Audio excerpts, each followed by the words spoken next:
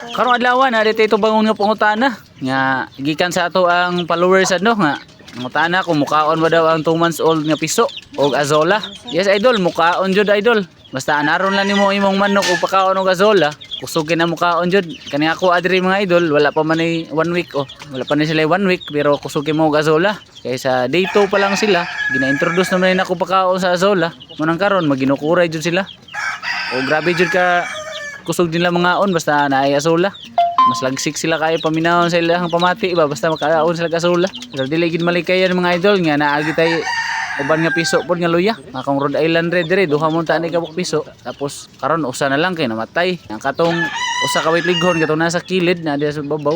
Medyo nasugo na sa luya ba lang mabuhi ba kana siya o makarecover ba. Ana jud na di gina na to maperpekto. Labi na nga baguhan pa sad ta o nagkat-on pa ta. Mga we need to take it as a lesson na lang para ta mas mamaayo pa. Mga ikaw kung niagi po gaani pareha sa kuha, padayon lang mga idol. Ano yung pamati? Oh, sure.